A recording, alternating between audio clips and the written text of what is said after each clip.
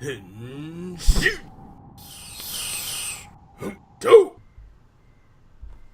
guys, welcome to our review of Lupinranger vs. Patranger number 23. I'm your host of Frozen Stratos. Here with me today we have Cinder Blaze. And Makotoa. welcome back, guys. And yeah, we just got done watching this episode. It was enjoyable. What'd you guys think? Yeah, I feel like this is one of those old school kind of, formulaic episodes where the conflict and the stuff that the Rangers themselves were kind of going through kind of connected it in a way. And we had like a little, not moral of the story, but this felt good overall. Can you... I know it sounds super vague, but this is a case where... Hey, it's one of those episodes solid... where Sentai just did the formula. What? Yeah. Yeah. They did the formula, but they didn't do it, bad. And I feel like for this entire, series, they've been doing the formula, poorly for so long that I just kind of gotten used to it. Yeah, I mean, we didn't get, cringe this episode. I think that's part of it. And, I mean, that might be because we didn't focus on certain other characters this episode. We actually did it with Blue, and his death glares keep me entertained, so... if, Oh, yeah, go for it. I mean, other than that, we also have our fresh new Ranger who, I mean, we're still getting used to him, I suppose. Yeah. I think the fighting was a little bit lackluster until the end when we saw X doing some flips and stuff. The one and only flip he did was pretty enjoyable. It was cool. The way they shot it, the camera sort of tracked him as he went up and went back down. I appreciated that. Lupin Blue went up and then went back down with the the reverse. Yeah. No, I mean, it's it's common practice. We've used it a number of times. It's good. I appreciate it. Yeah. Yeah. But unlike you, Michael, a lot of the feedback that I've seen for this show is oh yeah, weakest character so far is Blue, definitely. So I wonder how people are sort of reacting to him this episode, because he's gotten a little bit more. It's because he's sort of bland to them. I will completely agree with them, honestly. I like Blue, but he has gotten the least amount to do, the least amount to say, even. He's just kind of... No, I feel like... I mean, what was the last Blue episode Pink cuddle things. The last Blue episode... Yeah, the last Blue episode we got was when he turned into a monster and just had to hide the whole time. Yep. You know? He didn't even get to, I mean, the actor got to have fun, but it wasn't him doing it. Mm-hmm. You know? It wasn't the character. It was the monster he was portraying. So it's... Mm-hmm. It's hard to say, I feel like that wasn't really... It didn't really advance his character whatsoever in that focus episode, you know? It showed that they had resolve to do what they had to do, you know, and that Blue was resolved to possibly be a sacrifice for the cause or something at one point. It's that's something we already kind of know. It didn't really change anything. It didn't really make anything better. At least here, you know, something a little bit evolved with the dynamic where now he slightly trusts the new Ranger more, but yeah, I feel like one of the biggest things for the Lupin Rangers is that they've already sort of built their rapport, and there's not much they can do to challenge that, and in order to shake it up, that extra element of the new Ranger had to be brought in order to make that sort of interesting, because we've already seen their dedication to each other since day one, so we know nothing is going to sort of shake that foundation. Yeah. And yeah, I do think Noel is a welcome breath of fresh air for this team. I can't say the same for the Pat Rangers, especially this episode, because Well, boy, they didn't really do anything, but that that happens, I guess, Yeah. if you've got two different teams in one show, which I'm ready to cash that in. I'm willing to cash my patience in for next week with Ichigo Nigo Sango with Sango's episode. Hey, Chronicles. Yeah.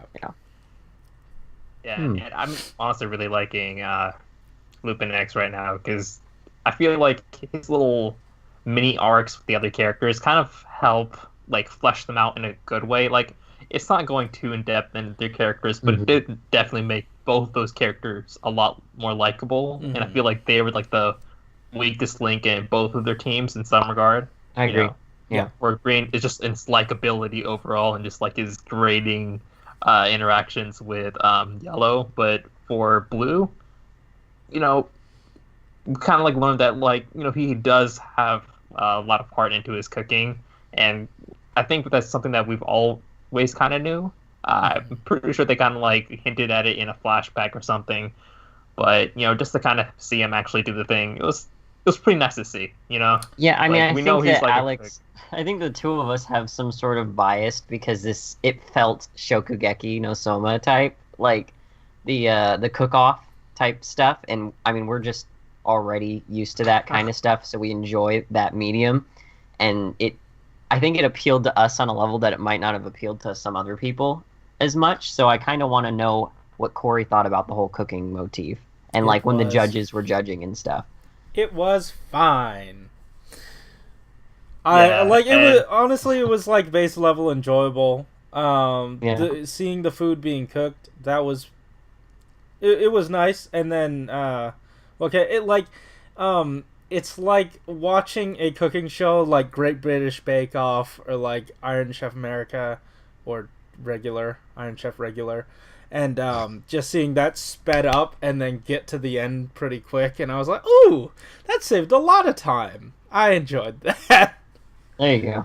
Yeah, and like to kind of go back to your Soma comparison, I feel like it doesn't work in this show as well, just because there's not a lot of stuff built up. Because when we kind of think about the other two characters that were like the judges, we didn't know anything about them, and they kind of just use that as exposition that's kind of going to be like thrown away because the dude's dead now. Like it didn't like kind of feel like that theatric that some of the Shokugeki they had in Soma, had. But what do we? Now that you mention it, though, Alex, what do we think about this new trio that they just introduced? Well, I mean, one of them's dead now, but like I feel like his death was sort of written on the walls because like one of them's named like Limon. Like lemon, lion and lemon, and then the other dude's like a Kiwi guy, and then this guy was just Oshi Black, except a little screwed up in the name. Huh. Okay, so they so less time I thought was put into that. Or maybe it's a Japanese pun and I didn't catch it. Yeah, I kind of wish that we. Like, I'm fine with them kind of like stalling, but I feel like around this time, we need a real villain to kind of put threat on both teams right now. Something and I was actually feeling is that. Go ahead, sorry, Alex. Yeah, and I feel like this team isn't going to really provide that, except in the case where the Lyman dude has a gold case that the Lupinrangers can't crack, and then they'll just have to waste an episode figuring out a way, And I feel like that's for the time being, it is an unnecessary kind of obstacle that they're just going to use to waste time in the show. But if they, they find some way to make gold cases or the safes relevant, this, I don't know, it can be whatever. But for right now, I'm just like, eh. Yeah, the way this episode worked. Oh, go ahead. Continue. It's just the episode was base level enjoyable enough for me to where it didn't matter.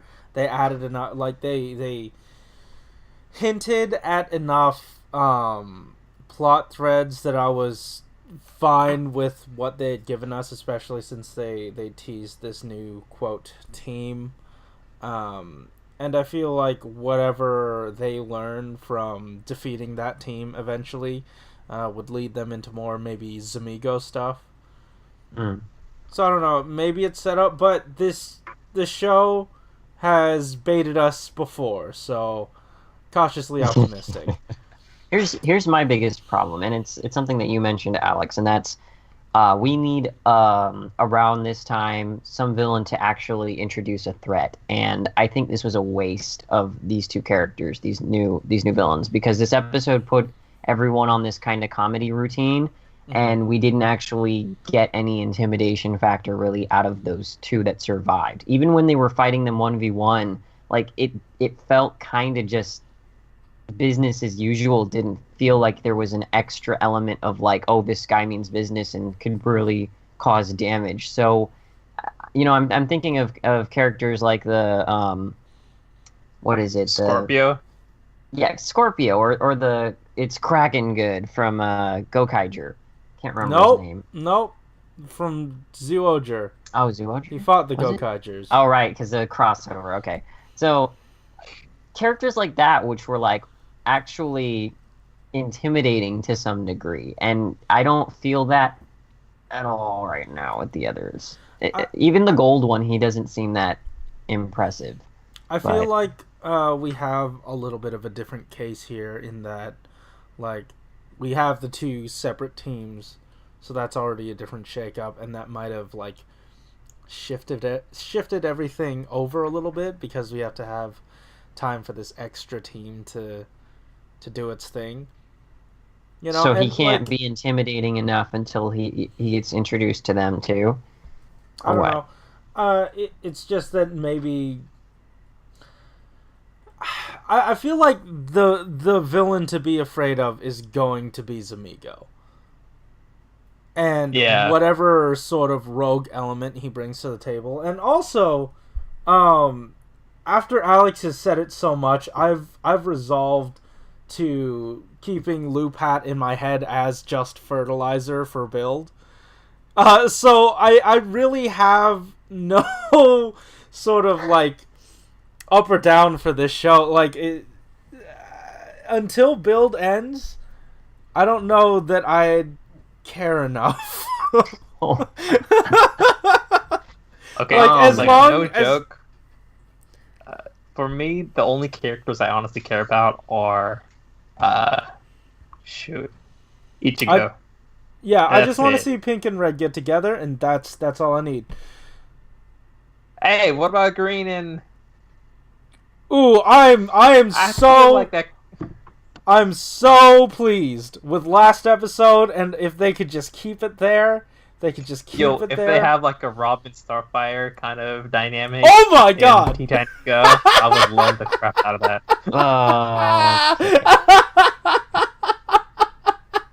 That has revitalized me for any Green episode. Yeah, that's a good point. I'll take one of those. Alright. Yeah. Do you got anything else, guys? No, I'm good. Alright, cool.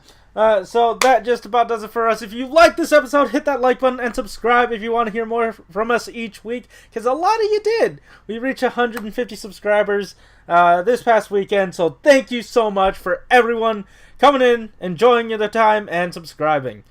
Guys, thanks for watching. Keep it juicy. Yeah. Later. Alright, cool. That was good discussion. We didn't get to say anything about the next week's episode. I'm excited. I am Meow Zhao Zhao. What? Yeah. Fucking name.